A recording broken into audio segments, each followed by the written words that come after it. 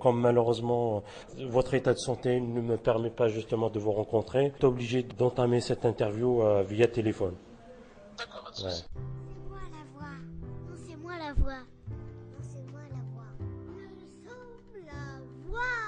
Nous sommes tous la voix des sans-voix. En abordant le sujet de la censure, et vu que votre site électronique TSL est victime de censure, de blocage, Justement, comme vous, nous, on ne sait pas à quoi est due cette situation de blocage et de censure. On a découvert par hasard, on a été censuré à partir du 5 octobre, dans la nuit du 5 au 6 octobre. Ils ont commencé d'abord à fermer les accès de la version française, ils ont fermé les accès de la version arabe sur les réseaux d'Algérie Télécom et Mobilis, et à ce jour, on est le 21 novembre, on n'a toujours pas obtenu d'explication, et nous-mêmes, je ne vous cache pas, on ignore les raisons de cette censure. est-ce que vous avez saisi l'instance compétente? Il n'y a pas vraiment d'instance compétente, mais on a saisi Algérie Télécom, on les a appelés, ils refusent de coopérer, de collaborer avec nous. Nous avons demandé au gouvernement, nous avons posé publiquement la question au ministre de la Communication, qui a répondu en disant ne pas être concerné, c'est paradoxal pour un ministre de la Communication. Il aurait pu essayer de se renseigner auprès d'Algérie Télécom, mais lui dit qu'il n'est pas concerné par la situation. La ministre des Télécommunications a été interrogée par des députés à l'Assemblée nationale, aux commissions des... enfin, c'était pas un débat plénière, mais c'était le travaux d'une commission. Elle a été interrogée, elle a dit qu'elle n'avait rien à voir avec la situation. Donc en fait, en gros, le gouvernement dit qu'il n'est pas concerné. Algérie Télécom refuse de répondre. Voilà, on est dans cette situation. On est bloqué, on ne sait pas pourquoi on est bloqué, et personne ne veut répondre à nos questions. D'accord. La question de la liberté de la presse en Algérie est malheureusement restée au stade du discours. L'Algérie possède la presse la plus libre du monde arabe, une presse qui est libre.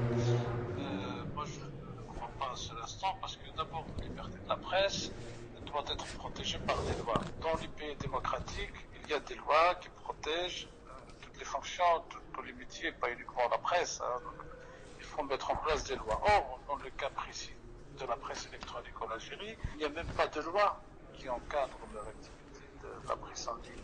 Donc comment on peut dire que ces journaux sont libres dans la mesure où il n'y a même pas une loi qui les protège? Comment peut-on dire qu'aujourd'hui la presse en Algérie est libre alors qu'il n'y a aucune loi sérieuse qui le protège? Quand vous regardez, vous voyez aujourd'hui la directrice d'un journal, elle fait grève de la faim pour dire qu'elle subit un traitement injuste de la part de l'ANEP. Si on était dans un pays où les lois protégeaient les citoyens, on aurait eu des réponses. Est-ce que l'ANEP a le droit d'agir de la sorte?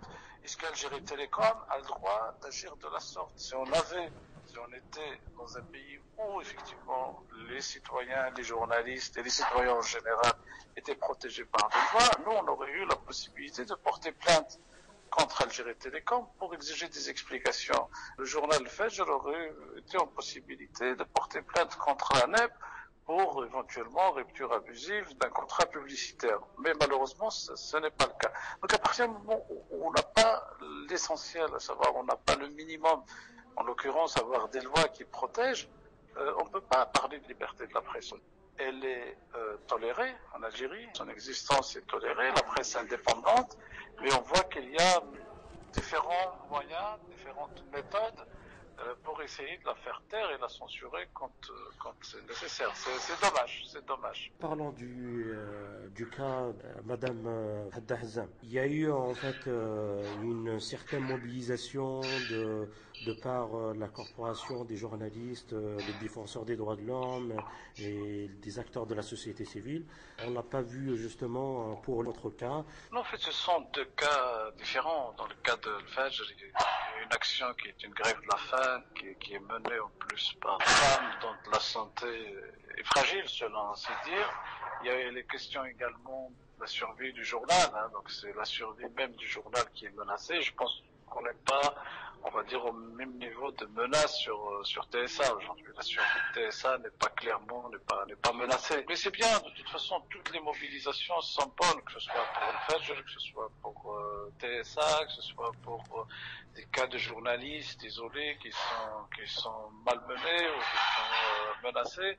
Aujourd'hui, il faut qu'il y ait de la mobilisation, et peu importe en faveur de qui on se mobilise. L'essentiel, c'est qu'il y ait cette mobilisation pour dire que ça ne peut pas continuer comme ça. La presse ne peut plus continuer de cette façon. Il faut qu'il y ait, encore une fois, des règles claires pour le fonctionnement de la presse, des règles claires pour le fonctionnement de la presse écrite, des médias en ligne, même des télévisions privées. Aujourd'hui, ce dont on a besoin en Algérie, dans le cas de la presse, comme dans tous les cas, aujourd'hui, on voit qu'il y a des gens aussi qui se plaignent de blocage, hein, qui ne sont pas forcément dans la presse.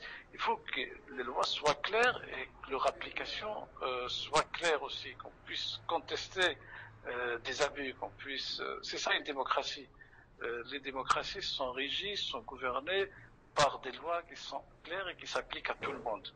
Ouais. Non, ce n'est pas le cas. Ce n'est pas le cas ni dans la presse, ni dans d'autres domaines. Donc, c'est ça aujourd'hui le cœur du problème. Et là, c'est qu'on vit dans une sorte un peu de zone grise où on applique la loi selon les circonstances, selon les personnes, selon les entreprises. Et ça, c'est pas normal. Vous qui êtes l'un des responsables à la tête de ce site électronique, on n'a pas vraiment vu votre indignation à travers l'observation des manifestations pour dénoncer ce genre d'atteinte par rapport à votre site.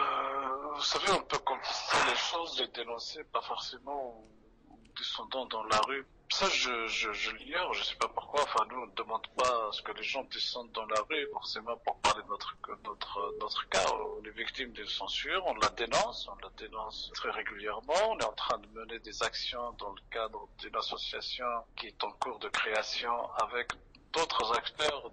On est en train de travailler dans ce cadre. Vous savez, nous, on est légaliste, on travaille dans un cadre légal. Au contraire, on demande à ce qu'il y ait des lois claires pour la presse électronique, qui, encore une fois, protéger les éditeurs de presse, les journalistes qui exercent dans cette presse. Donc aujourd'hui, il y a plusieurs façons de mener ce combat. On est en train de le mener de cette manière, avec des confrères qui sont concernés, qui sont eux-mêmes.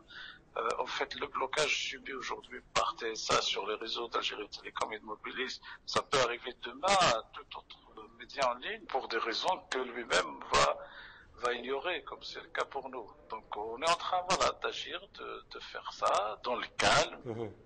Des méthodes, chacun choisit de mener le combat selon ce qu'il voit comme étant peut-être la meilleure méthode ou la méthode la plus visible.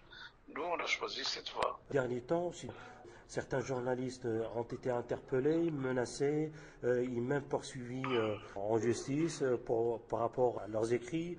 Commencer d'abord par le feu Layarhamo Tamalt, et puis le cas de Saïd Chitour qui est en ce moment justement emprisonné à la prison d'Al-Harrach. Et hier justement la menace qui a été exercée à l'encontre du confrère d'Al-Watan Mzian Abban. Comment voyez-vous ce genre d'intimidation quand on est journaliste? Est-ce que nous sommes protégés en fait? Non, il n'y a pas la liberté de la presse en Algérie. Elle existe dans les textes. La Constitution dit que la liberté de la presse existe, qu'elle est garantie, les textes de loi existent. Malheureusement, sur le terrain, on le constate, effectivement, il n'y a aucune loi aujourd'hui qui protège les journalistes, qui garantit aux journalistes la possibilité d'exercer de manière libre leur travail, parce que vous savez, la loi, les journalistes doivent se mettre à la loi. Il y a des lois qui prévoient des peines, pas d'emprisonnement, mais en cas de diffamation, mais aussi ces journalistes, tout ce qu'on demande, doivent être protégés par des lois claires, dans tous les domaines, aussi bien d'un point de vue pénal, d'un point de vue aussi quand on parle du monopole justement de l'ANEP sur la publicité publique, c'est une manière de ne pas appliquer la loi, parce que la loi garantit la libre concurrence entre les entreprises de presse. L'Algérie des lois qui garantissent la libre concurrence. Quand vous prenez un budget qui est celui de l'ANEP et qu'on décide de le distribuer dans des conditions qui ne sont pas transparentes, hein, parce qu'il y a des journaux qui en ont plus et d'autres moins et d'autres pas du tout, qui sont privés de publicité. Donc c'est aussi une façon de faire pression, c'est une façon de ne pas appliquer la loi, c'est aussi une façon de faire pression sur la presse. Donc nous, ce qu'on demande en tant que journal, en tant que journaliste, les choses soient régies par des lois claires qui s'appliquent à tout le monde, de la même façon. Lorsque le site de la radio des sans-voix, notre radio, a été censuré sans motif apparent, la responsable de la radio avait déclaré aujourd'hui c'est nous et demain ça sera peut-être vous. S'il y avait justement une quelconque mobilisation de la part de tous les journalistes de la corporation à travers tous les médias, les autorités n'auront pas en recours à cette pratique qui est la censure. Car aujourd'hui, tous les moyens de communication sont ciblés. C'est clair, oui. C'est clair qu'il faut à chaque fois qu'un média est censuré, nous je pense que c'est ça. À chaque fois qu'on a appris une information sur la censure ou une atteinte à la liberté de la presse, on a relayé systématiquement. Je pense qu'il faut bien sûr se mobiliser à chaque fois qu'il y a une censure, pas seulement parce que si on censure aujourd'hui un média, demain ça va être un autre média, ça oui bien sûr, pour ça, mais aussi pour le principe lui-même, qui est de refuser la censure. Parce qu'on est tous des Algériens, on a le droit d'exprimer notre point de vue sur l'Algérie, de diffuser des informations sur l'Algérie, de commenter la situation politique. C'est un droit aussi. Et c'est un droit qui est, en principe, garanti par la Constitution. Quel est le rôle, justement, du syndicat national du journaliste? Moi, je ne connais pas ce syndicat. J'ai pas aidé de syndicat, donc pour l'instant, le seul syndicat que je connais, que je reconnais, c'est l'association qu'on est en train de constituer dans la presse, pour la presse électronique. Je ne connais pas ce syndicat de journalistes. Exister sur les textes de loi, réellement sur le terrain, on ne voit pas son efficacité, en fait, on va dire. Dans notre cas, on n'a pas vu de syndicat. Il n'y a aucun syndicat qui nous a contactés, il n'y a aucun syndicat qui a parlé de nous, il n'y a aucun syndicat qui a parlé tout court des atteintes à la liberté de la presse, et de tout. Donc, pour moi, il n'y a pas de syndicat. Je n'aimerais pas le connaître, s'il existe ce syndicat. D'accord. À travers la constitution de ce collectif qui rassemble les différents responsables des journaux électroniques, quelle démarche vous allez justement entreprendre? Les démarches, on va entreprendre des démarches auprès des autorités déjà pour obtenir un statut, parce que la presse électronique en Algérie n'a pas de statut aujourd'hui, pas une reconnaissance légale. Déjà, on va commencer par ça, qui est pour nous l'élément le plus important. Chaque journal électronique puisse être constitué dans des conditions légales, transparentes et claires. Donc ça, c'est déjà le premier élément. Ensuite, c'est de dénoncer justement toutes ces censures, toutes ces atteintes à la liberté de la presse et d'expression, hein, parce qu'elles sont liées, à la liberté d'Internet aussi. Donc, tout ça, c'est pour obtenir une reconnaissance et pour que cesse justement ces censures, ces intimidations. Qu'attendez-vous des autorités officielles? Ce qu'on attend, ce sont des textes de loi clairs qui régissent nos activités.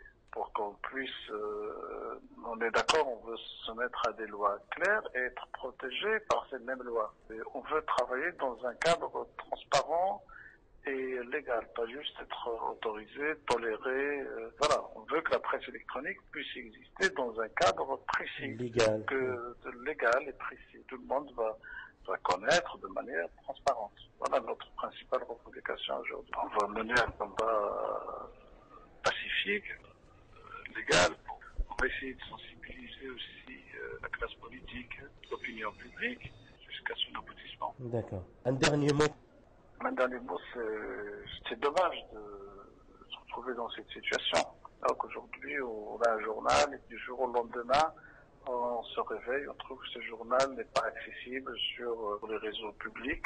Ce genre de pratiques doivent cesser. C'est pas bien pour l'image du pays, pour le pays, lui, pas uniquement pour son image, parce qu'un pays a besoin d'une presse, les gens ont besoin d'être bien informés par une presse diversifiée, par une presse sérieuse. Et la presse aujourd'hui doit être perçue non pas comme une menace ou comme un élément de déstabilisation, mais au contraire, que doit être perçu comme un élément de souveraineté pour aussi défendre les intérêts de l'Algérie, des Algériens. Et les intérêts de l'Algérie passent aussi par des informations qui peuvent ne pas plaire, par des commentaires critiques sur les actions du pouvoir public, des autorités. Ça fait aussi partie des intérêts de l'Algérie. Voilà. Je rappelle que vous êtes Monsieur Guimèche, cofondateur du journal électronique TSA. Merci Monsieur de nous avoir accordé cette interview téléphonique. Merci à vous. Allez, merci. Allez, au revoir. Merci à vous aussi. Allez.